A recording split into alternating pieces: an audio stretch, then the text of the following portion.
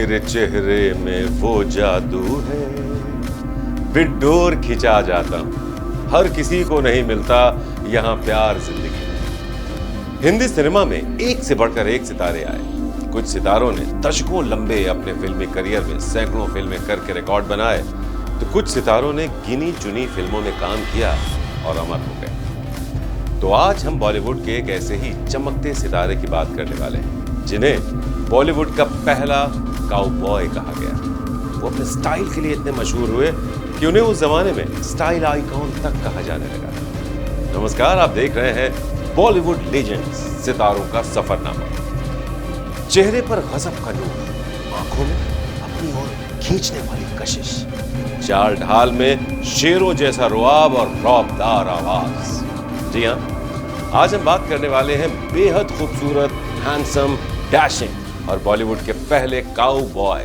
फिरोज खान की। अब डांस तो कभी फिरोज साहब को भी करना आया नहीं, लेकिन अपनी कातिल अदाओं और नजरों के वार से ही वो दर्शकों के दिलों को छलनी कर डालते थे। सिल्वर स्क्रीन पर उनकी मौजूदगी ही दर्शकों को तालियां बजाने के लिए मजबूर कर देती थी। लगभग 50 सालों तक अपने अलग अंदाज और कमाल की अदाकारी के चलते बड़े पर्दे पर करोड़ों दर्शकों को अपना मुरीद बना देने वाले फिरोज खान की जिंदगी का हर पहलू बेहद दिलचस्प और रोचक रहा है। फिरोज साहब का जन्म 25 सितंबर 1939 के दिन बैंगलोर यानी आज के बेंगलुरु में हुआ था। उनके पिता का संबंध अफगानिस्तान के गजनी शहर से था, जबकि उनकी मां ईरान की रहने वाली थी। तो जन्म के बाद फिरोज साहब यानी फिरोज खान का नाम जुल्फिकार अली शाह खान रखा गया, लेकिन फिल्मों में आए तो जुल्फिकार से फिरोज बन गए। वो अपने पिता की 7 संतानों में सबसे बड़े थे। उनके 2 छोटे भाई संजय खान और अकबर खान ने भी बड़े भाई के नक्श कदम पर चलकर बॉलीवुड में खूब नाम कमाया। अब बात करें फिरोज खान की शुरुआती पढ़ाई की, तो उन्होंने बेंगलुरु के ही बिशप कॉटन बॉयज स्कूल से अपनी स्कूलिंग की। उसके बाद सेंट जर्मेन हाई स्कूल से अपनी आगे की पढ़ाई जारी रखी। कॉलेज तक आते आते फिरोज की पर्सनैलिटी ऐसी उभर कर निकल कर सामने आई कि हर कोई उनकी तारीफें करते नहीं तक रहा। यार दोस्तों से लेकर कॉलेज के प्रोफेसर्स तक उन्हें फिल्मों में काम करने की सलाह देने लगे थे। ये बातें सुनकर फिरोज को भी मन ही मन कहीं लगने लगा था कि वो हीरो बनने के लिए ही पैदा हुए।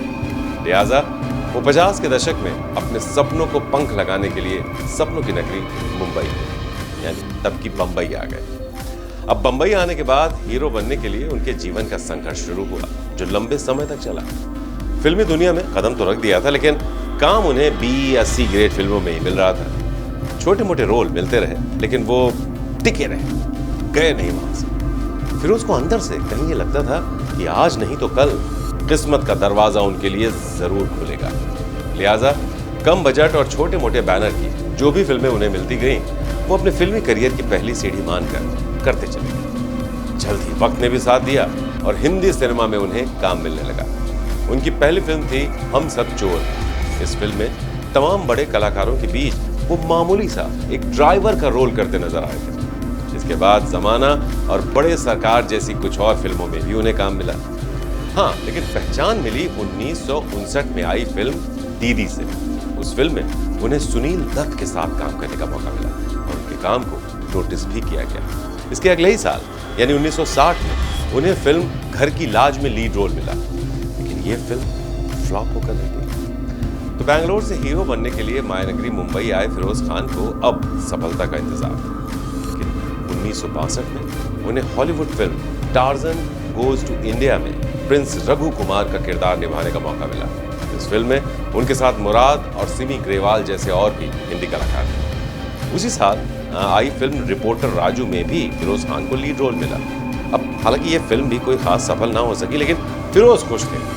वो खुश इसलिए थे कि एक एक्टर के तौर पर उन्हें लगातार अच्छा काम जो मिल रहा है। तो कुल मिलाकर वक्त अच्छा ही चल रहा था, और फिर वो वक्त भी आया जिसका उन्हें बेसब्री से इंतजार था। साल 1965 में उनके करियर की पहली बड़ी और सफल फिल्म आई, और फिल्म का नाम था ऊंचे लोग। फिल्म में उनके साथ उनके आइडल राजकुमार और अशोक कुमार भी नजर आए थे। इस फिल्म ने फिरोज खान को एक अलग ही लेवल की पहचान दिलाई। इसके बाद उन्हें बड़े बजट की फिल्में भी मिलने लगीं और इस तरह से उनकी फिल्मी गाड़ी बेहतरीन तरीके से चल पड़ी। उसी साल खान साहब को रामानंद सागर की फिल्म आरजू में भी काम करने का मौका मिला।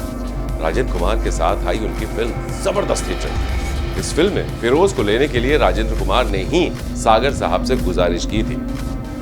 अब जब फिरोज खान की फिल्मी गाड़ी चल ही पड़ी थी तो जिंदगी की गाड़ी भी आगे बढ़ाने का ख्याल उन्हें आया और फिर उन्होंने सुंदरी नाम की अपनी प्रेमिका से, अपनी मोहब्बत से शादी कर ली, जो एक एयर होस्टेस थी। शादी के बाद सुंदरी और फिरोज की 2 संतानें हुई, बेटी लैला खान और बेटा फरदीन खान। शादी के बाद भी फिरोज का करियर नई ऊंचाइयां छूता रहा और फिल्मी गलियारों में बॉलीवुड की हसीनाओं के साथ भी उनका नाम जुड़ता रहा। 1967 में उन्हें अपनी फेवरेट एक्ट्रेस नरगिस के साथ फिल्म रात और दिन में काम करने का मौका मिला, लेकिन बदकिस्मती से नरगिस की आखिरी फिल्म साबित हुई। इसके बाद 1969 में यशराज बैनर तले बनी फिल्म आदमी और इंसान में उनके काम को खूब सराहा गया और बेस्ट सपोर्टिंग एक्टर के लिए उन्हें फिल्म फेयर अवार्ड दिया गया। तो उस समय तक फॉरेन लोकेशंस और रेसिंग के शौकीन फिरोज खान ये समझ चुके थे कि उन्हें दूसरे बैनर्स के तले वो सब कुछ करने का मौका नहीं मिलेगा जो वो वाकई करना चाहते हैं। इसी वजह से डायरेक्शन में हाथ आजमाने के लिए उन्होंने उसकी बारीकियां सीखनी शुरू कर दी। तो इस तरह अप्रैल 1972 में फिरोज खान की बतौर एक्टर दूसरी पारी की शुरुआत हुई। उनके बैनर तले बनी पहली फिल्म का नाम था अपराध। उस फिल्म में उन्होंने अपने साथ उस जमाने की सबसे मशहूर और सबसे महंगी एक्ट्रेस मुमताज के साथ काम किया था, जो उनकी बहुत अच्छी दोस्त थी। रेसिंग सीन्स के साथ जर्मनी में शूट हुई इस फिल्म को जबरदस्त कामयाबी मिली। इसके बाद साल 1974 में फिरोज खान की 6 फिल्में रिलीज हुई थी। उन्हीं में से एक फिल्म खोटे सिक्के में फिरोज खान की काउबॉय इमेज को काफी पसंद किया गया था। इसके अगले ही साल 1975 में फिरोज के डायरेक्शन में बनी फिल्म धर्मात्मा रिलीज हुई। पहली बार अफगानिस्तान की धरती पर कोई हिंदी फिल्म शूट की गई थी, बनाई गई थी। फिल्म में हेमा और फिरोज की जोड़ी तो पसंद की ही गई, उसके गानों ने भी धूम मचा दी। याद होंगे आपको गाने, क्या खूब लगती हो, बड़ी सुंदर दिखती हो, तेरे चेहरे में वो जादू है, बिन डोर खिंचा आता हूं। इसके अलावा इसी फिल्म में वो रेखा के साथ भी फ्लर्ट और मस्ती करते नजर आए थे। ये फिल्म फिरोज खान के प्रोडक्शन की पहली ब्लॉकबस्टर फिल्म साबित हुई। फिल्म का जबरदस्त रिस्पांस देखकर खान साहब ने अपनी दूसरी मेगा स्टार फिल्म कुर्बानी बनाई, जिसके लिए कहा जाता है कि फिरोज खान सेकंड लीड के लिए अमिताभ बच्चन को साइन करना चाहते थे, लेकिन जब बात नहीं बनी तो विनोद खन्ना को उस फिल्म में कास्ट किया गया। उस फिल्म में दोनों की दोस्ती ऐसी मजबूत हुई जो मरते दम तक साथ रही। समंदर किनारे बेहद bold and beautiful Zeenat Aman की कातिलाना अदाएं और साथ में उस वक्त के इंडस्ट्री के 2 टॉप एक्टर्स, तो दोनों के साथ जीनत की जोड़ी खूब पसंद की गई। फिल्म के गानों ने तहलका मचा दिया। हम तुम्हें चाहते हैं ऐसे, मरने वाला कोई जिंदगी चाहता हो जैसे, आप जैसा कोई मेरी जिंदगी में आए तो बात बन जाए। याद होंगे आपको ये गाने। साथ ही लैला ओ लैला, हर कोई चाहे तुझसे मिलना अकेला। भाई वाह, ऐसे ऐसे गाने थे कि आज भी मस्ती छा जाती है उनको सुन। हर गाने में हैंडसम हंग फिरोज खान की एंट्री पर दर्शक कुर्सी से उछलकर सीटियां मारने को मजबूर हो जाया करते थे और ड्रम बीट्स पर गुलू गुलू करते अमजद खान भी शायद पहली बार दर्शकों ने देखे थे। यानी अमजद खान को इस तरह के रोल करना उस समय और लोगों को उनकी इस इमेज को देखना अपने आप किसी चमत्कार से कम नहीं था कि अमजद खान गुलू गुलू करते नजर आए थे इस फिल्म में लैला और लैला गाने पर। खैर, इसी तरह फिरोज साहब फिल्में बनाते गए और अपने दर्शकों की जिंदगी गुलजार करते गए। आगे चलकर उन्होंने अपनी पुरानी कहानी में बदलाव करने के लिए नई फिल्म बनाई जाबाज। इस फिल्म ने भी कमाल किया और गाने तो बेमिसाल थे ही। प्यार दो प्यार लो, हर किसी को नहीं मिलता यहाँ प्यार जिंदगी में, टेप रिकॉर्डर पर फुल वॉल्यूम में सुने जाते थे ये गाने। तो एक तरफ तो फिरोज साहब फिल्मी दुनिया में धमाल मचा ही रहे थे, तो दूसरी तरफ पर्सनल लाइफ में कुछ अलग सा गदर मचा हुआ था। मुमताज और जीनत अमान के साथ तो उनके अफेयर्स की खबरें आम थी ही, लेकिन एक दूसरी एयर होस्टेस ज्योतिका धनराज से अफेयर्स की खबरों के चलते उनकी पत्नी सुंदरी ने उनको तलाक दे दिया। खैर, जाबाज के बाद फिरोज खान ने अपनी अगली फिल्म यलगार पर काम शुरू किया, लेकिन उन्हें इस फिल्म का काम बीच में ही रोकना पड़ा।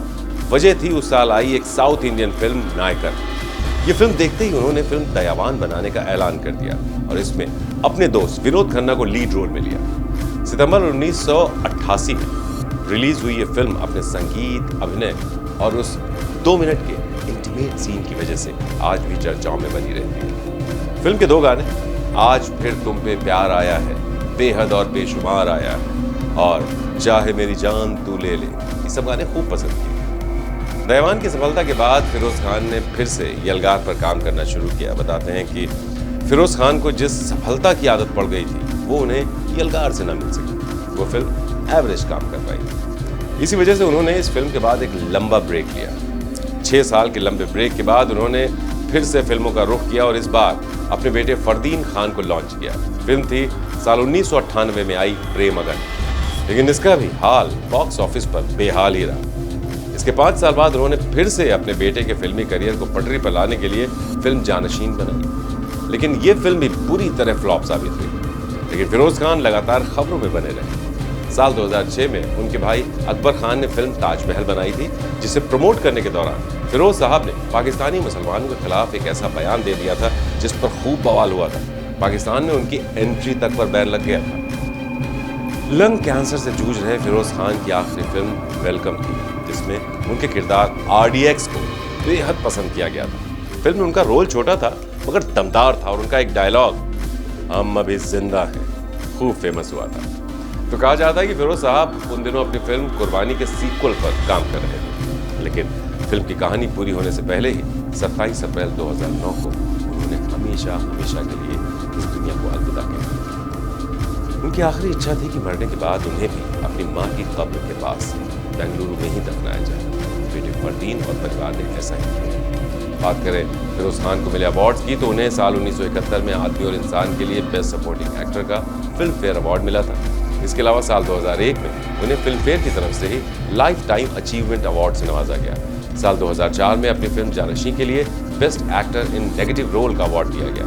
फिल्म 2008 में फिर से जी सिने की तरफ से लाइफ टाइम अचीवमेंट अवार्ड से उन्हें सम्मानित किया गया। अब शो के अंत में खान साहब की दोस्ती की एक खास बात आपको बता दूं, खास किस्सा वो ये कि जिस तारीख को खान साहब ने अंतिम सांस ली, ठीक उसी तारीख को ही उनके सबसे खास दोस्त विनोद खन्ना ने भी दुनिया को अलविदा कहा। उनकी मौत बीमारी की वजह से हुई। विनोद खन्ना की फिरोज खान की डेथ 27 अप्रैल को हुई थी और विनोद खन्ना की भी इसी तारीख को, बस साल का फर्क था। फिरोज साहब 2009 में इस दुनिया से दूर चले गए थे तो विनोद खन्ना ने साल 2017 में अंतिम सांस ली थी। तो इस तरह ये दोनों दोस्त एक ही तारीख पर इस दुनिया को छोड़कर जाते जाते भी अपनी दोस्ती की दास्तान को अमर कर गए। श्रेष्ठ उत्तराखंड पर खबरों से जुड़े रहने के लिए चैनल को सब्सक्राइब और लाइक करें, बेल आइकन दबाएं और देखते रहें श्रेष्ठ उत्तराखंड।